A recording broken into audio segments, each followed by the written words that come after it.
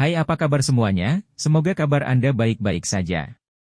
Terima kasih karena sudah memberikan support dan juga kesetiaan Anda untuk membangun channel Codot Film. Yuk kita lanjutkan alur ceritanya, sambil siapin kopi dan cemilan, setting suara volume full.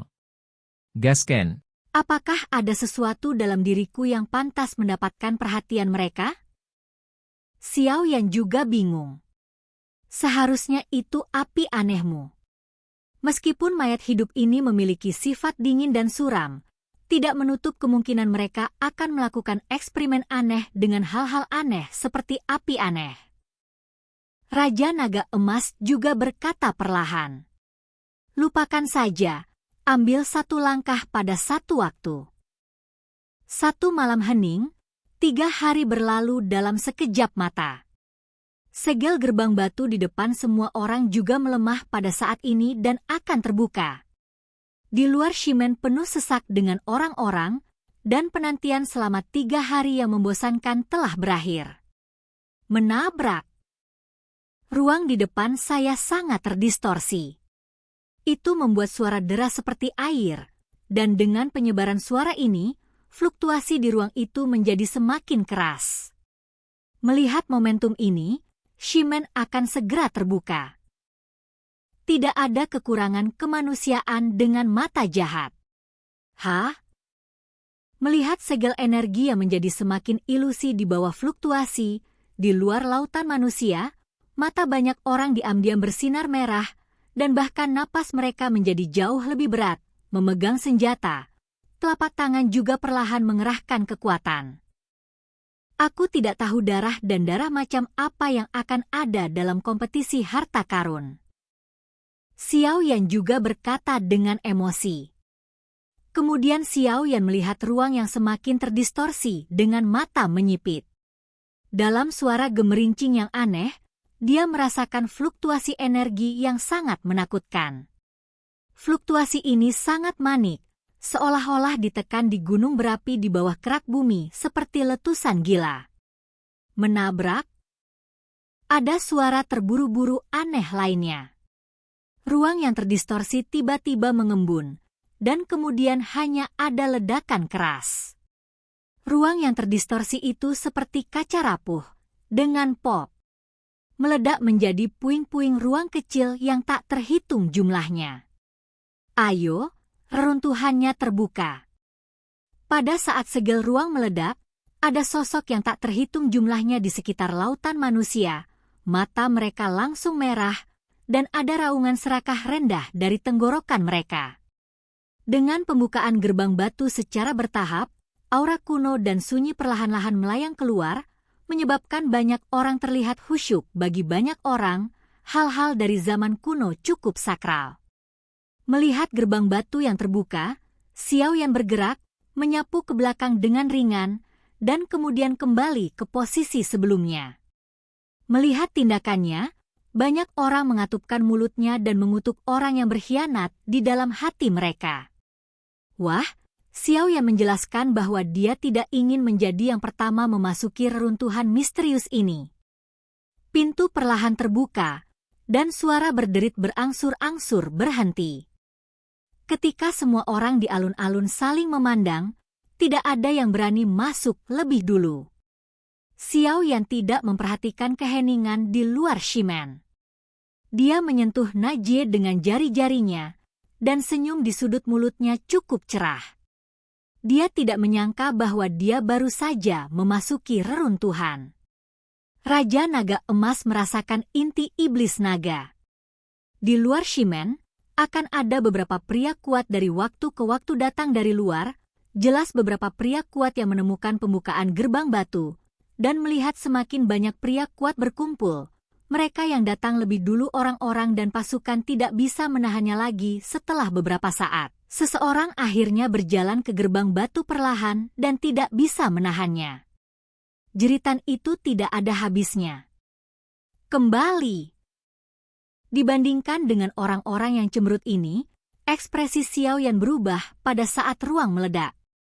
Dia meraih Yueru di sampingnya, batang pohon kecil di jari kakinya, dan tubuhnya tiba-tiba mundur. 5 kota besar di sampingnya. Putra surga yang bangga juga merasakan ada sesuatu yang salah, bereaksi sangat cepat, dan segera mundur tanpa ragu-ragu. Ketika Xiao Yan dan yang lainnya mundur, tiba-tiba ada banyak sosok di pohon-pohon raksasa di sekitarnya, dan mereka juga menemukan sesuatu. Sama seperti Xiao Yan dan yang lainnya mundur dengan keras, pecahan segel ruang yang meledak tiba-tiba berhenti, dan kemudian hanya ledakan keras yang terdengar. Kekuatan ruang kekerasan, seperti badai, tersapu ke segala arah, dan itu yang bergegas paling cepat adalah yang pertama menanggung beban, hampir dalam sekejap mata, ditelan badai. Segera, teriakan melengking bergema satu demi satu di lautan api. Buih yang tertelan tidak tersisa. Segel luar angkasa ini sangat menakutkan. Riak luar angkasa yang keras, seperti memanen gandum, menghancurkan semua kerumunan yang bergegas di depan mereka, tidak menyisakan ruang bagi mereka.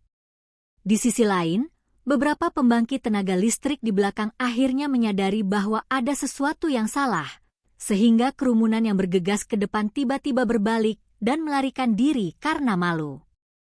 Puluhan ribu sosok terus bergerak, karena jika tidak lari, mereka akan menunggu. Mati. Biarkan mereka serakah dan nikmati hidup itu, itulah mengapa pemandangan ini ada di depan mereka. Bang. Karena ada jarak tertentu, ketika badai luar angkasa menyebar, itu akan merugikan Xiao Yan dan yang lainnya. Pada saat ini, beberapa orang menghela nafas lega.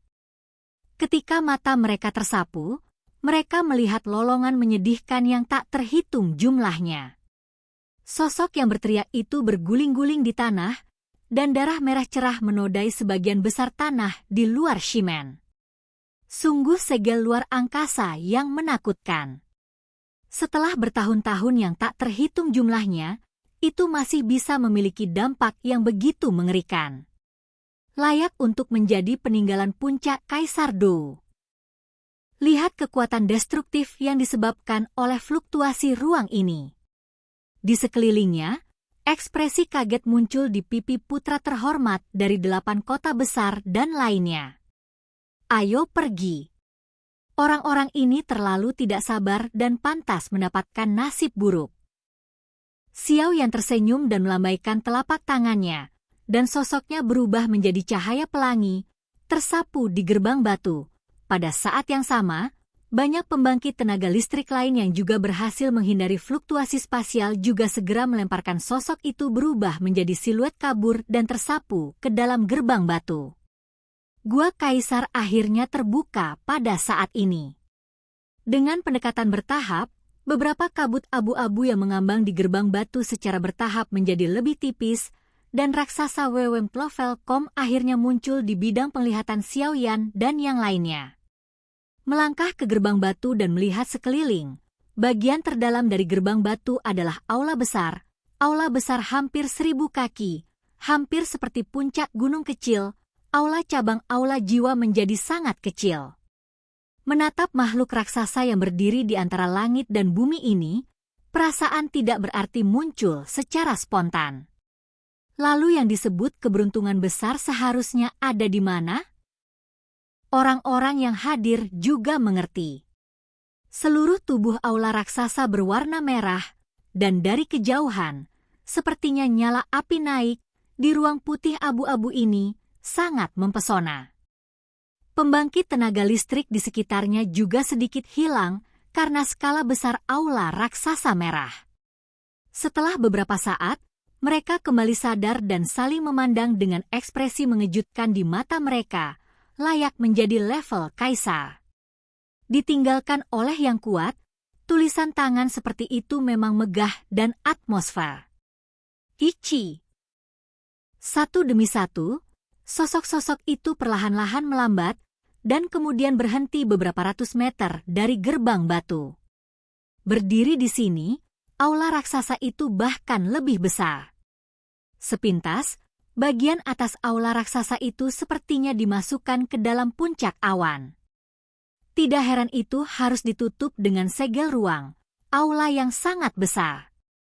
Dimanapun itu ditempatkan, itu adalah keberadaan yang mencolok. Xiao Yan juga terkejut.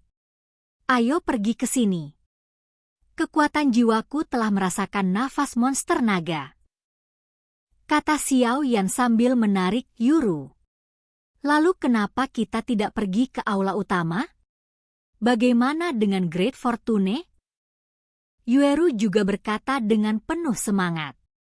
Meskipun Yueru tidak memiliki banyak harapan untuk Great Fortune, dia ingin pergi dan melihat. Jika begitu mudah untuk mendapatkannya, itu tidak akan menjadi keberuntungan besar. Pergilah. Xiao Yan juga tahu bahwa prioritas utama adalah menemukan inti iblis naga terlebih dahulu. Oke guys, jangan lupa like, comment, share, and subscribe di channel Codot Film. See you next video. Peace out and bye-bye.